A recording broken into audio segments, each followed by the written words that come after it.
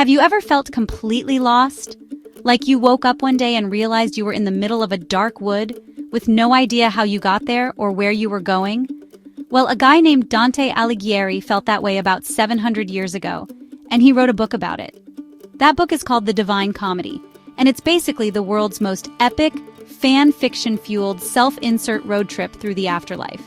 It's a poem, but don't let that scare you.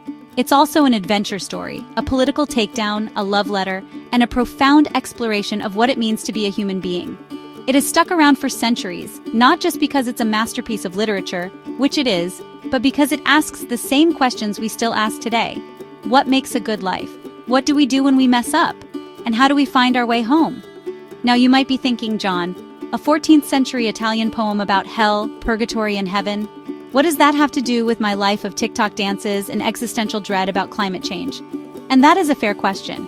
But here's the thing, Dante's journey is a powerful metaphor for our own. He isn't just sightseeing in the great beyond. He's on a mission to understand himself and the universe. He's confronting his own mistakes, his own biases, and his own despair. The darkness he faces isn't just theological, it's psychological. It's the feeling of being alienated, of being judged, of searching for meaning in a world that often feels chaotic and unjust. The problems Dante grappled with, corruption, betrayal, the struggle for justice, and the search for authentic connection, are still very much our problems. The reason the Divine Comedy has such staying power is its incredible ambition and its deeply personal core. Dante didn't just write a story, he built a universe. He created a detailed, logical, and terrifyingly imaginative map of the afterlife, populating it with figures from history, mythology, and his own Florentine neighborhood. He put his friends in heaven and his enemies in the deepest, iciest pits of hell. It was a bold move, a way for an artist to reclaim power and create his own system of justice when the world had failed him. This act of world-building is breathtaking, but what makes it truly timeless is that at the center of it all is one man, Dante himself, who is flawed, scared, and desperate for redemption. He is, in a word, us. So as we dive into this epic, I want you to think of it not as a stuffy old classic, but as a guidebook. It's a guidebook for navigating the messy, beautiful, and sometimes terrifying landscape of your own life. Dante gives us a framework for thinking about our choices, our communities, and our capacity for change. He reminds us that even when we find ourselves in the darkest of woods, there is a path forward. It might be a difficult path, one that requires us to confront some uncomfortable truths, but it leads toward the light. It's a story about hope, written in a time of profound crisis, which makes it perhaps the perfect story for our time. And that, my friends, is pretty amazing. So, what exactly is the Divine Comedy? At its heart, it's a story in 3 parts, like a massive trilogy box set. Each part describes one leg of Dante's journey through the Christian afterlife. The whole thing is an allegory, which is a fancy way of saying that the story's events and characters represent bigger, abstract ideas. The journey isn't just a physical one through different realms. It's a spiritual and psychological journey from a state of sin and confusion to one of grace and understanding. It starts on Good Friday in the year 1300, when Dante, our narrator and protagonist, finds himself lost and terrified.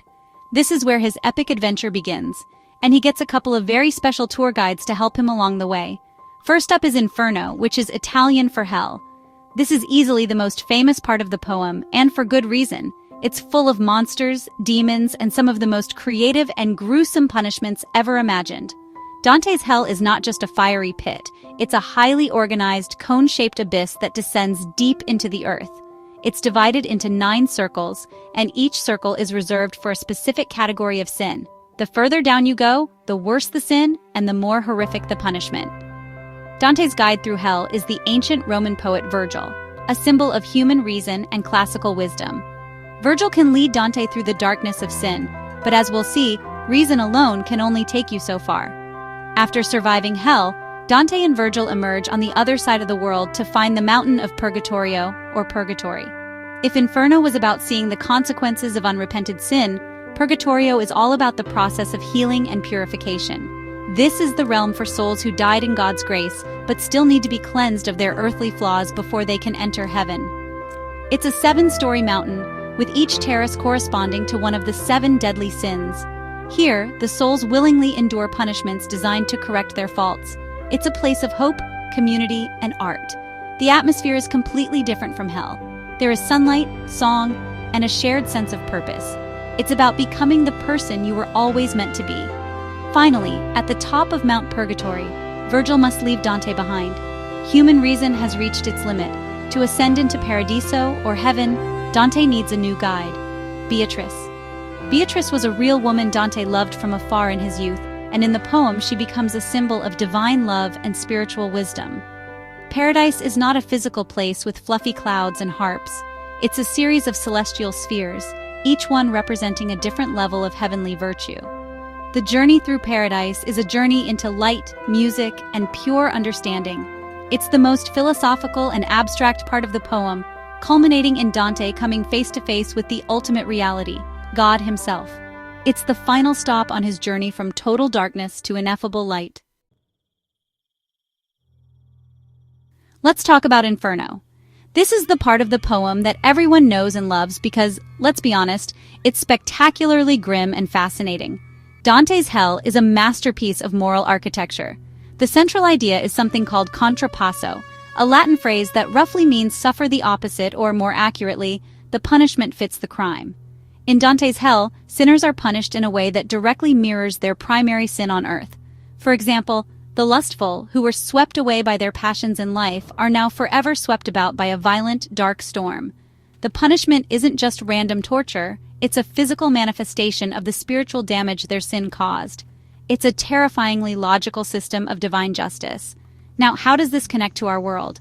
Think about the digital landscape of social media. When someone, a celebrity, a politician, or even a regular person, says or does something that the online world deems unacceptable, the reaction can be swift and overwhelming. A storm of outrage gathers, and the person is metaphorically and sometimes literally swept away by a hurricane of criticism, condemnation, and calls for them to be canceled. This is a modern form of contrapasso. The punishment, public shaming, loss of reputation, deplatforming, is designed to fit the crime of violating a social norm. The digital mob becomes both judge and executioner, creating a public hell for the offender that mirrors the perceived harm of their actions. Dante's journey through the 9 circles of hell is like scrolling through an endless curated feed of human failings. In the upper circles, he meets sinners of incontinence, people who couldn't control their appetites for lust, gluttony, or greed. As he descends, the sins become more malicious, moving from sins of passion to sins of violence and finally to sins of fraud and betrayal. This is where he finds the flatterers sunk in human excrement and the sowers of discord, like the Prophet Muhammad, physically torn apart. At the very bottom, in a frozen lake of ice, is Lucifer himself, chewing on the 3 greatest traitors in history, Judas, Brutus, and Cassius. The ice, not fire at the center of hell, signifies that the worst sin is a complete lack of warmth, love, and connection. This descent into ever-worsening behavior is something we also see online. A minor controversy can escalate into a full-blown witch hunt. The logic of the mob often dictates that the punishment must be severe and permanent.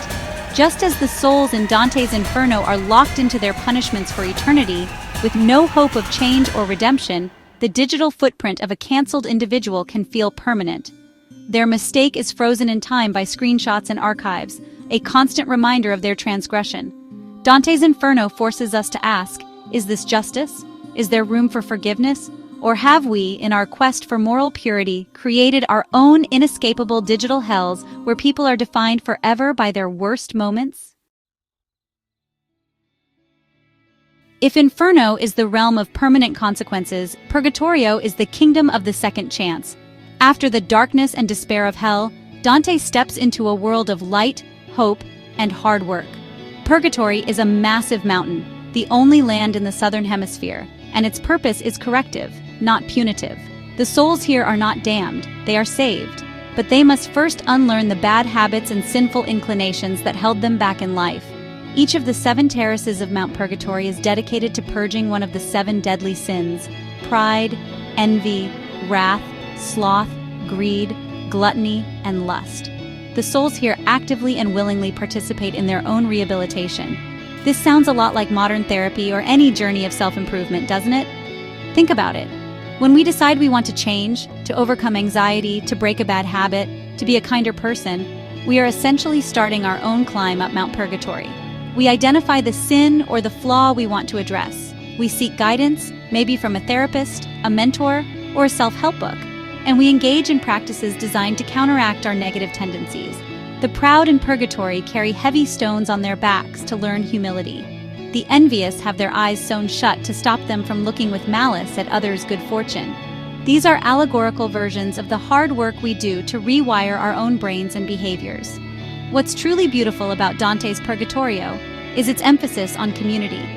Unlike the profound isolation of hell, where every soul is locked in their own private torment, the souls in purgatory work together. They pray for each other, they encourage one another on their climb, and they rejoice when one of them completes their penance and ascends to heaven. This communal aspect is a vital part of healing. We know this from support groups like Alcoholics Anonymous, group therapy sessions, or even just having a network of friends who hold us accountable and cheer us on. Dante shows us that true transformation rarely happens in isolation. We need each other to carry the weight and to remind us of the goal. Furthermore, Purgatorio is filled with art. As Dante climbs, he sees intricate carvings and hears beautiful songs that depict examples of the virtue opposite to the sin being purged on that terrace. Art here is not for entertainment. It is a tool for moral and spiritual re-education. It inspires the souls and reshapes their imaginations, helping them to desire the good. This speaks to the power of stories, music, and images in our own lives to shape our values and motivate us to be better. Purgatorio teaches a profound lesson. Change is possible, but it requires effort, humility, community, and the transformative power of beauty. It's the slow, difficult, but ultimately hopeful work of becoming whole. And then there is Paradiso. This is often the least read part of the trilogy, and honestly, I get it. It doesn't have the gruesome punishments of Inferno or the relatable struggle of Purgatorio. It's abstract, it's deeply theological, and well, it's basically a 33-canto-long physics lecture on the nature of light and love. But stick with me, because Paradiso is where Dante tackles one of the biggest challenges of all: how to live with faith and find ultimate meaning in a world that can often feel random and meaningless. After the hard work of purgatory, Dante is ready to ascend to heaven, but he can't do it with reason alone. He needs Beatrice, his symbol of divine love, to guide him. The journey through paradise is a journey toward understanding the fundamental order of the universe. Dante travels through 9 celestial spheres, each associated with a planet according to the old Ptolemaic model of the cosmos. In each sphere, he meets souls who represent different levels of virtue and blessedness. A key lesson he learns is that everyone in heaven is perfectly happy with their place in the cosmic order. A soul in the sphere of the moon isn't jealous of a soul in the sphere of the sun. They understand that true happiness comes from aligning their own will with the will of God, from finding their unique and perfect place in the grand design. This is a powerful antidote to the modern obsession with comparison and status. So, what is the modern equivalent of this celestial journey? I think it's the search for what we might call a personal cosmology or a coherent worldview in a scientific and often secular age. We are bombarded with information, with competing ideologies, and with the existential reality that we are on a tiny rock hurtling through an indifferent universe. How do we find our true north? How do we construct a life of purpose? For some, this is found in traditional religion, as it was for Dante. For others, it might be found in philosophy, in humanitarian work, in scientific discovery, or in art. Paradiso is a metaphor for finding that ultimate principle that organizes your reality and gives your life meaning. Ultimately, Dante's journey through Paradiso is about the limits of language and intellect. As he gets closer to God, words fail him. The experience of the divine is beyond description, a pure fusion of light, love, and knowledge. At the very end, he is granted a momentary, intuitive flash of understanding where he sees how everything in the universe, from the smallest atom to the largest galaxy, fits together in a single, coherent, love-driven whole. It's a moment of profound peace and clarity. For us, this might be the moment of scientific breakthrough, the experience of overwhelming love for another person, or a deep sense of connection with nature. Paradiso reminds us that the ultimate goal is not just to know things, but to find a sense of belonging within the vast, beautiful mystery of existence. One of the central pillars of the Divine Comedy is, of course, the concept of sin. But Dante's idea of sin is much more nuanced than just a list of forbidden activities. For Dante, sin is fundamentally a disorder of love. He believed that all of our actions, good or bad, spring from love, the natural human desire for something that seems good. Sins happen when our love is directed at the wrong object, like loving wealth more than our neighbor, when we love a good thing too much, like loving food to the point of gluttony, or when our love is deficient, like the slothful who didn't love the good with enough passion. It's honestly a psychological framework for understanding human error. This framework is incredibly relevant to our modern conversations about accountability. When we see a public figure fall from grace, we often rush to label their action as simply evil. But Dante would encourage us to look deeper. What disordered love led to this action? Was it a prideful love of their own reputation? An envious love for someone else's success? A wrathful love of revenge? Understanding the root cause doesn't excuse the behavior, but it provides a more complete picture. It moves the conversation from simple condemnation to a more complex analysis of human motivation, which is the first step toward any real form of justice or rehabilitation. Dante's system of justice, the contrapasso, is all about making the internal state of the soul externally visible. The punishment is a perfect reflection of the sin's nature. This principle is at the heart of our modern struggles with accountability culture.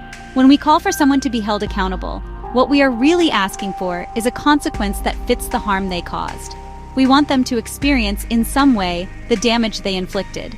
For example, if a powerful executive is found to have exploited their workers, a just consequence might be for them to lose their power and wealth, making their external reality match the moral poverty they displayed. However, Dante's journey also serves as a warning.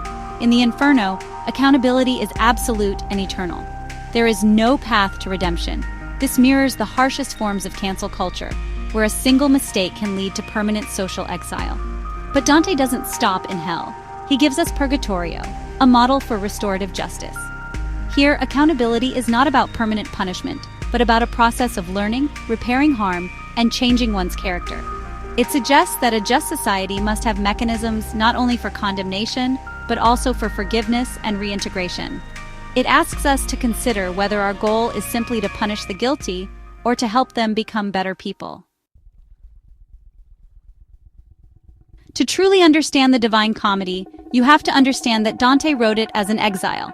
In 1302, due to a political conflict in his beloved hometown of Florence, Dante was sentenced to death in absentia. He never returned. He spent the last 2 decades of his life wandering from city to city, relying on the patronage of various nobles.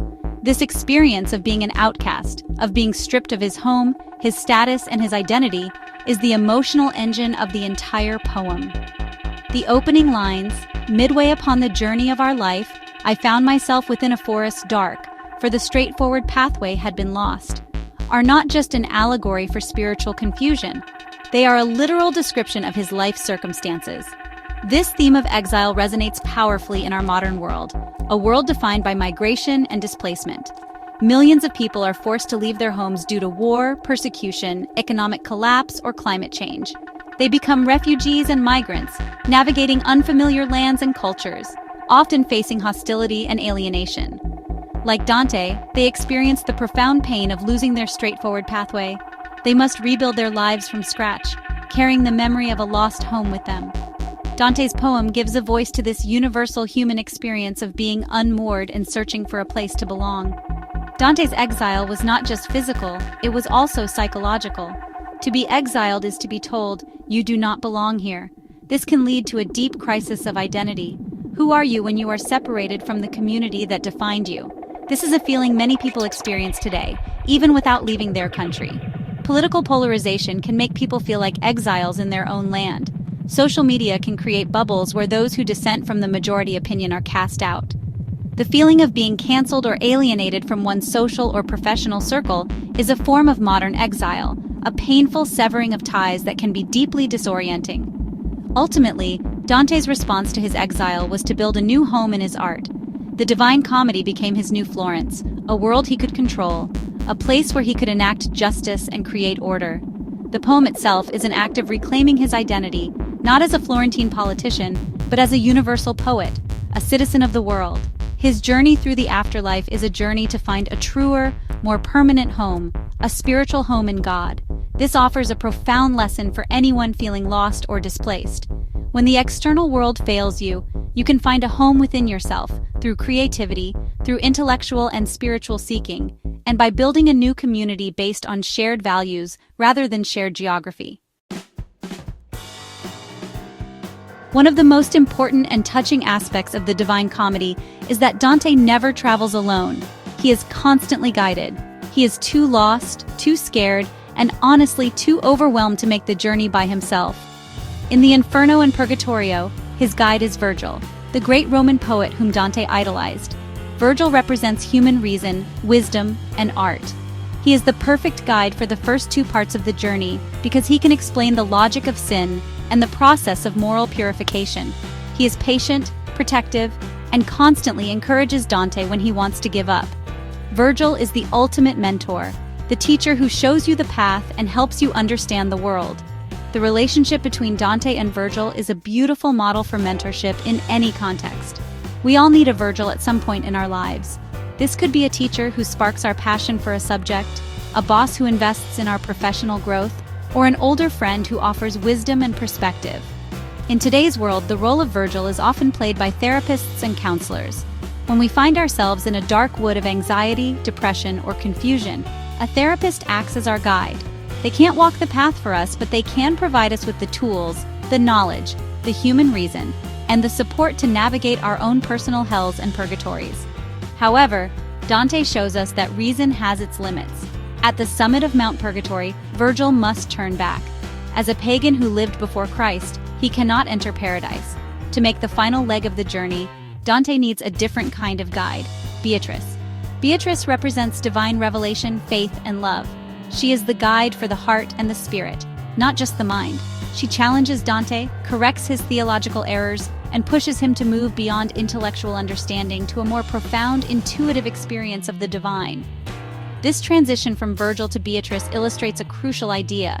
To achieve true wisdom and wholeness, we need both reason and something more. Call it faith, intuition, or love. This two-guide system speaks directly to our modern quest for well-being. We might use the Virgil of science, data, and rational thought to improve our lives through medicine, psychology, and evidence-based strategies. But many people find that this is not enough. They also seek a Beatrice in the form of spirituality, mindfulness, art, or deep, loving relationships.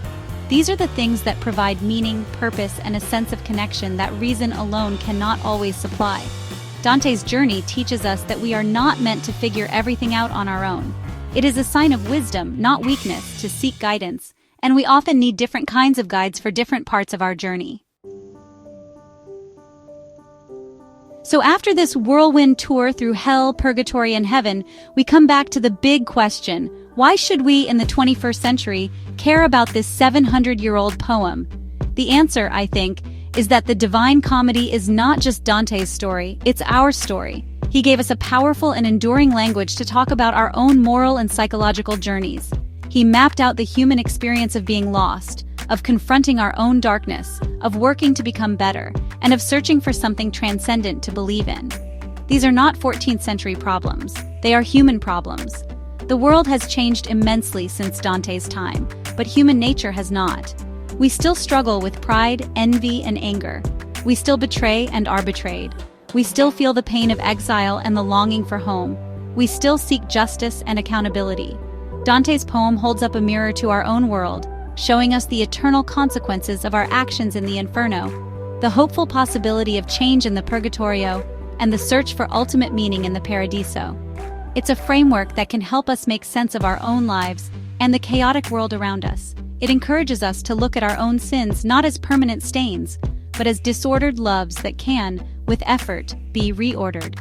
Dante's greatest legacy is his profound message of hope. He begins his journey in absolute despair, lost in a dark wood, convinced he is doomed. His journey is proof that no matter how lost we are, transformation is possible. We can face our demons, we can climb the mountain of self-improvement, and we can find our way toward the light. This is not an easy process. It requires courage, humility, and the help of others. But the path exists. In an age of cynicism and despair, this radical optimism is more important than ever. It's a reminder that our lives are not just a series of random events, but a comedy, in the classical sense of the word, a story that starts in turmoil but can end in happiness and resolution. Ultimately, the Divine Comedy is an invitation. It invites us to undertake our own journey of self-discovery. It asks us to examine our own lives, our own values, and our own disordered loves. Who are our Virgils and Beatrices? What is our dark wood? What is the mountain we need to climb? What is the paradise we are searching for? Dante Alighieri wrote a book about his journey to save his own soul, and in doing so, he gave us a timeless roadmap to help us navigate our own. And that is why, 7 centuries later, we are still talking about it. Because we are all, in our own way, on the journey of our life, hoping to find the straightforward pathway once again.